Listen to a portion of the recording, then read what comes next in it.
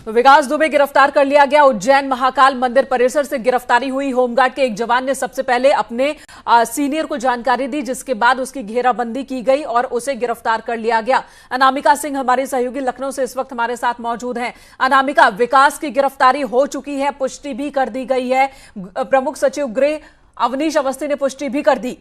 UP police कब तक MP पहुंचेगी, जिसके बाद ये पूरी बातें सामने आ सकेगी मीडिया के सामने?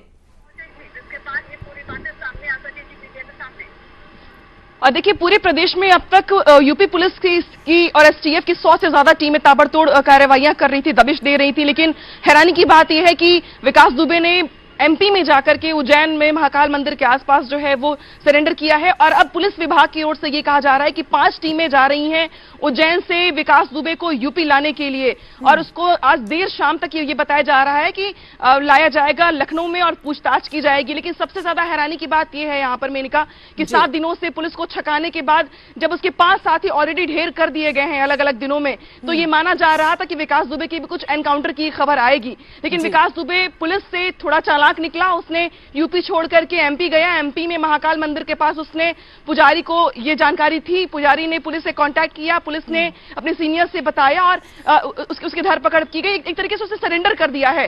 तो एनकाउंटर जैसी चीज कम से कम हमें यहाँ पे दिखाई नहीं दी। और विकास अनामिका, और विकास का इरादा, उसका मकसद, उसका उद्देश्य भी यही था कि वो ऐसी जगह पर पकड़ा जाए जहां पर बहुत सारे लोग हो, जहां पर कैमरा हो, और वो ऐसे वक्त में पकड़ा जाए कि वो सबके सामने ये खुद को दिखा सके कि अब वो पुलिस कस्टडी में है, ताकि वो खुद को सुरक्षित कर सके, उसका एनकाउंटर से खुद को बचा सके। ऋषभ मणि त्रिपाठी हमारे साथ बने हुए हैं। ऋषभ, पकड़ा गया विकास और एक तरह से उसकी कोशिश कि वो पकड़ा जाए, सबके सामने पकड़ा जाए, जो सरेंडर जैसा लगे वो उसमें वो कामयाब दिखा।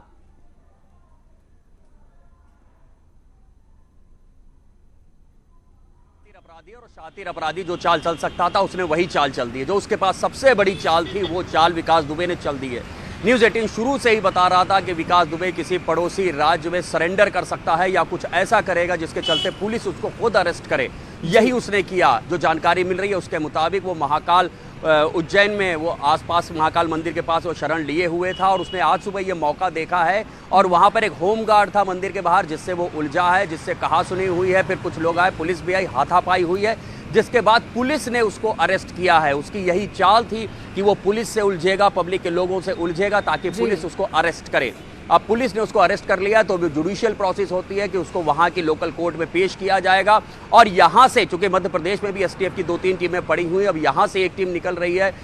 वहां से जो पड़ी हुई मध्य प्रदेश में एसटीएफ की टीम है और इन्वेस्टिगेटिंग अफसर जा रहे हैं जो इस मामले के हैं कानपुर से, वो वहां की लोकल कोर्ट में अपनी तरफ से एक ट्रांजिट रिमांड मांगेंगे इस आरोपी का। उम्मीद है जैसे ही ट्रांजिट रिमांड मिल जाती है तो ट्रांजिट रिमांड पे उसको उत्तर प्रदेश लाया जाएगा और यहाँ की अदालत में पेश किया जाएगा। फिर यहाँ की पुलिस यहाँ कानपुर कोर्ट से फिर उसका एक पुलिस कस्टडी रिमांड मांगेगी। उसके बाद उससे पूछताछ होगी तो आगे की जुडिशियल प्रोसेस है जो शुरू होगी। फिलहाल उसने अपनी इतनी बचत जरूर कर ली है कि 8 पुलिसकर्मियों की हत्या करने के बाद जिस तरह से उत्तर प्रदेश पुलिस और एसटीएफ एग्रेसिव कह रहे थे कि उसकी कोशिश होगी कि कोई छोटे मोटे मामले में वो उलझे और पुलिस की गिरफ्त में आए और सबके सामने गिरफ्त में आए, और वही कोशिश वो करता है यहां पर उज्जैन पहुंचकर, ऐसे जगह पर जहां पर हाई सिक्योरिटी इलाका और वहां पर सबकी निगाहें होती है, पूरे देश की निगाहें होती है। लेकिन एक सवाल है, वो परसों तक फरीदाबाद होता है, कल उसके ग्रेटर नोएडा में होने की खबर आती है और उसके बाद आज वो उज्जैन से पकड़ा जाता है। क्या वो फरीदाबाद से सीधे मध्य प्रदेश की ओर भागा था और वहां उसकी किसी ने मदद की? क्योंकि हमारे लोकल रिपोर्टर बता रहे हैं कि तिवारी जिसका सरनेम था, ऐसे एक शख्स ने उसकी मदद की थी। और दूसरा कि या फिर जो ग्रेटर नोएडा में उसके होने की बात थी वो सिर्फ गुमराह करने की कोशिश थी।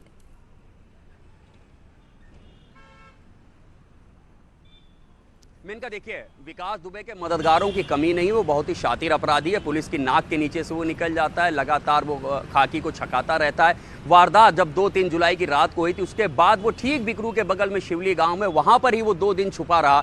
तब पुलिस उसको नहीं पकड़ पाई, कानपुर देहात की, कानपुर नगर की, या ये कहिए पूरी उत्तर प्रदेश पुलिस की। और वहां से वो ट्रक में बैठकर अपने साथी प्रभात और अमर दुबे के साथ फरीदाबाद तक फरार हो जाता है। तो आप समझ सकती हैं वो कितना शातिर है। उसके संपर्क कहाँ कहाँ है, फरीदाबाद में है, नोएडा, ग्रेटर नोएडा, नई दिल्ली, हर जगह उसके संपर्क है। तो अभी ये कहना जल्दबाजी होगी कि वो कब फरीदाबाद से नोएडा, ग्रेटर नोएडा पहुंचा और वहां से कैसे उज्जैन पहुंचा है। लेकिन ये बात बिल्कुल सही है कि उसके हर जगह संपर्क है, उस लगातार उसके पास मददगारों की कोई कमी नहीं रही है। और चूंकि वो शातिर बदमाश है, इसलिए उसने उस जगह पे सीन क्रिएट किया जो जगह पूरी तरह से सीसीटीवी कैमरों से लैस होती है, जो बहुत ही बड़ी पब्लिक प्लेस है, जगह जगह पे पुलिस भी वहां तैनात रहती है।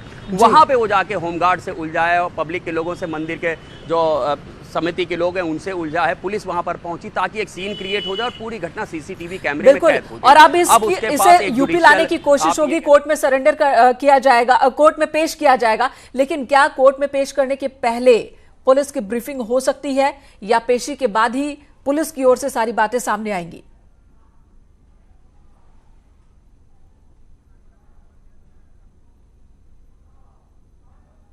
लेकिन जो अपर हमारे मुख्य गृह सचिव अवनीश अवस्थी, उनकी ओर से ये चीज कंफर्म जरूर की गई है कि हाँ वहां पर अरेस्ट किया गया है, वहां पर हिरासत में लिया है मध्य प्रदेश पुलिस ने। लेकिन इसके आगे की जो जुडिशियल प्रोसेस होती है वो तो फॉलो करनी ही पड़ेगी। किसी भी अपराधी को अगर आप अरेस्ट करते हैं तो 24 घंटे के अंदर आपको वहां की कोर्ट में पेश करना होता है। तो अब उज्जैन की किसी कोर्ट में उसको पेश किया जाएगा और तब तक यहां से पुलिस की टीम और इस मामले के इन्वेस्टिगेटिंग ऑफिसर कोर्ट में पहुंचेंगे और अपनी तरफ से बताएंगे कि यह हमारा अपराधी है, हमारा आरोपी है इस क्राइम नंबर का, इसलिए इसको हमें कानपुर ले जाने दिया जाए। तो वो अपनी तरफ से एक ट्रांजिट रिमांड की अर्जी डालेंगी, जो स्वीकार होती है। और अभी हमने मध्य प्रदेश के वित्त मंत्री को सुना, उन्होंने कहा कि यूपी पुलिस को जानकारी दे दी गई है और हमारी सहयोगी अनामिका बता भी रही है कि 8 टीमें उत्तर प्रदेश पुलिस की वो अब जा रही है मध्य प्रदेश और वहां से उसको लेकर आया जाएगा विकास दुबे को। अनामिका, क्या इस बारे में आपके पास कोई इनपुट, कोई खबर है कि फरीदाबाद से जो तस्वीरें सामने आई थी वाकई में वहां पर विकास दुबे था, वो तस्वीरें उसी की थी या फिर उसके जैसे किसी शख्स की गुमराह करने के लिए उसे वहां पर रखा गया था और तस्वीरें वायरल की गई थी, जारी की गई थी और विकास दुबे दरअसल फरीदाबाद गया ही नहीं, वो गया सीधे मध्य प्रदेश? ऐसा भी मुमकिन है क्या? और देखिए, कल जिस तरीके से बताया गया कि वो फरीदाबाद के गेस्ट हाउस में अपनी शरण लेने के लिए गया हुआ था, जो कदकाठी बताई गई, जो कपड़े बताए गए, हालांकि ये जो कोरोना काल है वो हर किसी के लिए वैसे तो बहुत खतरनाक है, लेकिन विकास दुबे के लिए बड़ा फायदेमंद साबित हुआ। मास्क लगा करके वो ट्रैवल करता रहा, बाइक से घूमता रहा, साइकिल से घूमता रहा, किसी को उस पर शक नहीं हुआ। और फरीदाबाद में जब वो गया गेस्ट हाउस के लिए, जब उसने आईडी कार्ड नहीं दिया, उसके पास कोई प्रॉपर आईडी कार्ड नहीं था और जो कदकाठी उसके साथी ने बताई थी, जो कलर के कपड़े उसके साथी ने बताए थे, उस आधार पर यह बताया जा रहा था कि वो शख्स विकास दुबे हो सकता है। लेकिन आज जो आप फुटेज देखेंगे गिरफ्तारी की, तो उसमें कपड़े उसके बदले हुए, उसने फुल टी शर्ट पहनी हुई है, सफेद रंग की, नीली टी शर्ट नहीं है पहनी हुई, उसने कदकाठी में भी थोड़ा बहुत उसका पेट जो है कम लग रहा है, हाइट भी अगर आप देखिए बहुत गौर से तो थोड़ा बहुत फर्क दिखाई दे रहा है। तो ये कश्मकश की स्थिति है कम से कम इस बात को लेकर के कि कल जिस शख्स को लेकर के पुलिस दबिश दे रही थी कि जो कदकाठी के आधार पर विकास दुबे जैसा लग रहा था, आखिर में वो था भी कि नहीं था। और अब ये गुत्थे सिर्फ विकास दुबे सुलझा पाएगा, क्योंकि पुलिस के पास वो उससे उसकी पूछताछ होगी और पूछताछ में वो बताएगा कि कानपुर से उसने फरीदाबाद का रास्ता पकड़ा था या सीधे एमपी चला गया था। क्योंकि अगर देर शाम तक वो दिल्ली एनसीआर में, जैसी खबरें थी हमारे पास कि वो उसी दिल्ली एनसीआर के आसपास से किसी स्टूडियो में जाकर के सरेंडर कर सकता है, उसने पूरी की पूरी तैयारी कर रखी है, तो इस आधार पर इतनी जल्दी रात भर में एमपी पहुंच जाना ये थोड़ा संभव कम लगता है। लेकिन अब ये जो गुत्थी है विकास दुबे सुलझा पाएगा कि कल जिस तरीके से पुलिस धरपकड़ कर रही थी यूपी पुलिस, अब वो हाथ नहीं आया पुलिस के, तो क्या वो वाकई में फरीदाबाद में था भी या नहीं था। लेकिन सबसे बड़ी बात यहां पर जरूर देखनी होगी मेनिका कि यूपी पुलिस ने एक बार फिर से अब 6 दिनों तक छकाता रहा विकास दुबे, लेकिन हाथ में नहीं आया। अंत में मध्य प्रदेश की पुलिस ने यूपी पुलिस को यह बताया है कि हमने एक ऐसे शख्स को गिरफ्तार किया है, आप आगे इसको ले जाइए। बिल्कुल, और इसके पीछे शातिर दिमाग विकास का वो साफ नजर आता है। पहले दिन से 8 पुलिसकर्मियों की हत्या करने के बाद से जैसे ही विकास भागा, उसने पुलिस को गुमराह करने की एक के बाद एक कई कोशिशें की। सबसे पहले वो अपना मोबाइल फोन एक गाड़ी में डालता है, वो गाड़ी जो कि नेपाल की ओर जाती है, तो ऐसा लगता है कि विकास नेपाल की ओर जा रहा है, पुलिस उसके पीछे भागती है। तभी एक खबर आती है कि औरैया की तरफ उसे जाते देखा गया है। पुलिस की टीम वहां पर सतर्कता बढ़ाती है कि कहीं मध्य प्रदेश और राजस्थान में वो चंबल के रास्ते घुसने की कोशिश तो नहीं कर रहा। इसी बीच फरीदाबाद से खबर आ जाती है कि वहां पर वो गेस्ट हाउस में ठहरा है, अपने एक रिश्तेदार के घर पर ठहरा है और फिर होता है कि वो दिल्ली एनसीआर में कोर्ट में सरेंडर कर सकता है या फिर किसी न्यूज चैनल में। बारी बारी से ऐसी खबरें आती जाती है, पुलिस उसके पीछे भागती रहती है और वो निकलता है कि उज्जैन में पकड़ा जाता है, महाकाल के मंदिर में।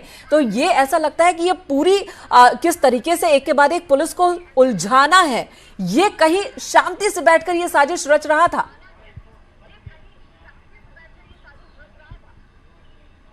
देखिए, ये तो इसमें तो कोई दो राय नहीं कि पुलिस के पास 7 दिनों के बाद भी हाथ खाली थे विकास दुबे के मामले में। 100 टीमें अलग अलग जो बॉर्डर्स हैं यूपी के, वहां पर तलाशी ले रही थी। विकास दुबे के पोस्टर चिपकाए गए, लोगों से पूछताछ की गई। जितने भी अलग अलग के स्टेट वाले पुलिस डिपार्टमेंट के लोग, चाहे बिहार के हों, चाहे वो मध्य प्रदेश की बात की जाए या फिर नेपाल की बात की जाए, पुलिस ने हर बॉर्डर को छावनी में तब्दील किया। लेकिन बावजूद इसके विकास दुबे पुलिस के हाथ में नहीं आया। बट ये बात और है कि उसने मोबाइल फोन को कहीं किसी और को दे दिया था। हाँ, ये बड़ी उपलब्धि जरूर पुलिस की है कि जो उसके 5 साथी हैं वो ढेर हो चुके हैं। कल भी अमन दुबे मारा गया, आज भी उसके 2 साथी मारे गए हैं। लेकिन आज विकास दुबे की गिरफ्तारी अगर एमपी से होती है तो ये शक पुलिस को पहले से था कि अपनी जान बचाने के लिए वो यूपी छोड़ के जरूर भागेगा। और इसीलिए पुलिस की जो पैनी नजर थी वो यूपी के बॉर्डर वाले राज्यों में भी थी। और एमपी जो सबसे ज्यादा सुटेबल लगा विकास दुबे को, यह भी माना जा रहा था कि जो उसके दोस्त हैं, जो उसके साथी, जो उसको मदद कर सकते हैं, वो इस स्टेट में उसकी मदद कर सकते हैं। कल भी बिहार के जो डीजीपी हैं जब अपनी बात कह रहे थे तो आपने गौर किया होगा कि उन्होंने ये कहा था कि बिहार के वो शातिर अपराधी जो उसकी मदद कर सकते हैं उन पर हमारी नजर है। ठीक वैसे ही एमपी पुलिस से कोऑर्डिनेट करके यूपी पुलिस ने मान के चल रही थी। इसके कॉन्टेक्ट सिर्फ उत्तर प्रदेश में नहीं बल्कि उत्तर प्रदेश के आसपास तमाम राज्यों में भी इसके नेटवर्क थे और वही नेटवर्क लगातार इसकी मदद कर रहे थे। ये जहां जाना चाह रहा था वहां पहुंच जा रहा था, बावजूद इसके कि इसके पास अपना कोई वाहन नहीं था और फिर भी ये ट्रैवल करने में कामयाब रह रहा था, पुलिस को चकमा देने में कामयाब रह रहा था। हमारे साथ हमारे सहयोगी बने हुए हैं। ये बताइए कि जो खबर आई फरीदाबाद वाली और उसके बाद मध्य प्रदेश उज्जैन, इसके बीच एक नाम आ रहा है जिसका सरनेम है तिवारी। प्रवीण दुबे जो कि हमारे मध्य प्रदेश के एडिटर हैं, उनका यह कहना है कि तिवारी नाम का एक शख्स वो इसकी मदद कर रहा था, वो गाड़ी से इसे उज्जैन महाकाल मंदिर तक पहुंचाता है। और उन्होंने एक और बात कही कि हो सकता है जब शहडोल पहुंची थी पुलिस, जहां से इसके साले की गिरफ्तारी होती है, वहां पर यह मौजूद था लेकिन पुलिस के पहुंचने से पहले इसे भाग निकला। एक थ्योरी यह भी आ रही है ऋषभ।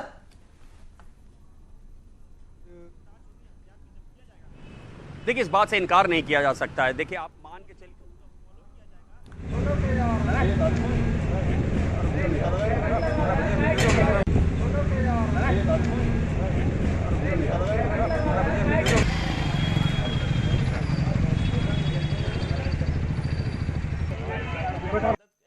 और शायद हो सकता है कि कोई वाहन भी उपलब्ध करवाया हो जिसके माध्यम से वो उज्जैन तक पहुंचा। क्योंकि उज्जैन के में जो ये शख्स है ये पहले भी आता रहा है, ये जानकारी लापरवाही रही, कहाँ कमियां रही। जो इंसान पहले राजनीति में सक्रिय रहा, जो इंसान पर हजारों की राशि का इनाम घोषित को, जिस इंसान पर 50-60 से ज्यादा मर्डर के मामले चल रखे हो, हाफ मर्डर के मामले चल रखे हो, हत्या के प्रयास, कानपुर वाला, ऐसे इंसान का कानपुर से उत्तर प्रदेश से लेकर तो सुना आपने, बार बार अपनी पहचान बता रहा है।